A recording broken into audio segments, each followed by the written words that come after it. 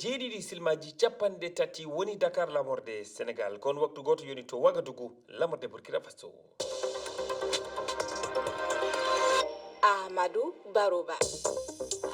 tedduɓe heeɗiɓe RFI Fulfulde jamala wale mon bisimilla mon e ley kabaruji ɗi e oɗo alarba. Sénégal Ousmane Sonko hoorejo jagorɓe leydi ndi yewti hanki toon to suudu sardiyankoru ndu o warti e jaabade e namde député en e dow toɓɓe kewɗe ko ɓuuri hen tengtude ko alhaali lutiyankaku duusoɓe sappo e jeetato Sénégal naaɓe sokaɓe toon to Rabat leydi Maroc kono kadi fitinaji waɗuɗi to duɗal jaabi hadirde université Cheikh Anta Diop ngal Dakar ala ko heddi Ousmane Sonko e oɗo alhaali o arti e mayde Abdoulaye Ba balɗe faltiɗe toon to ICAD.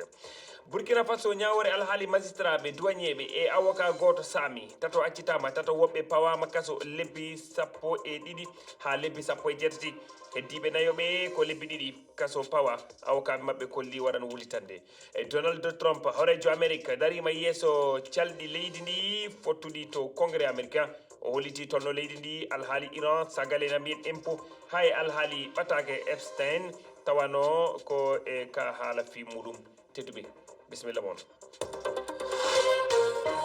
on calmina moon jura on jettama bisimilla moon e ley kabaruji ɗi no mbiɗen e gardini ndi hanki Ousmane Sonko ƴetti konngol yeeso député ɓe leydi Sénégal toon to suudu sarriyankoru ndu e kuccodiral mabɓe ko e député ɓe o andini wonde himo jogui gueɗal alhaali fitinaji waɗunoɗi toon to duɗal jaaɓi hadirde Cheikh Anta Diop ngal Dakar goto e janggoɓeɓe e mayino hen o holli wonde ko kanko jaati yamiri jagorɗo halfinaɗo kisal ƴettude peeje toon to ICAD saabu caggal nde ɓe tini kabaruji wonande étudiant ji ɗi na jogui anniyaji bonnude e ñamde tawa alda e jobdi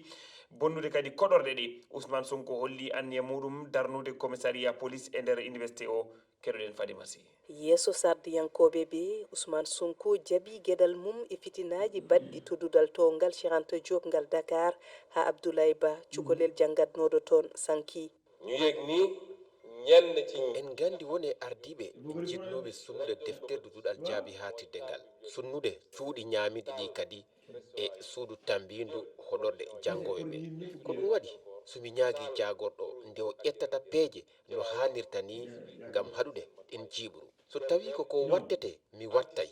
sabu mi darata duɗal jaabi hatirde ngal ina sunne ngam mahde ngal caggal ndax duma seetaan ba ñu lakk lépp ñu ne nañu tabaxat lépp ngam safrude caɗele dudal towgal ngal hoorejo jagorɓe o holliti peeje ɗe woni miijade. joxnaan mi yamiri jagorɗo nder leydi yo waɗ witto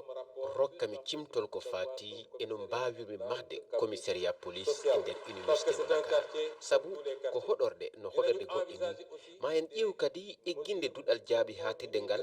walla feccere e maggal statut ji mabɓe WhatsApp janggoɓe to dudal towgal Cheikh Anta Diop ngal Dakar kolliti wonde ɓe jiɗani toon commissariat kadi ɓe jeddi tuumaji ɗi Ousmane Sonko fawi e dow hene mabɓe. Fadima Sy, Dakar, RFI.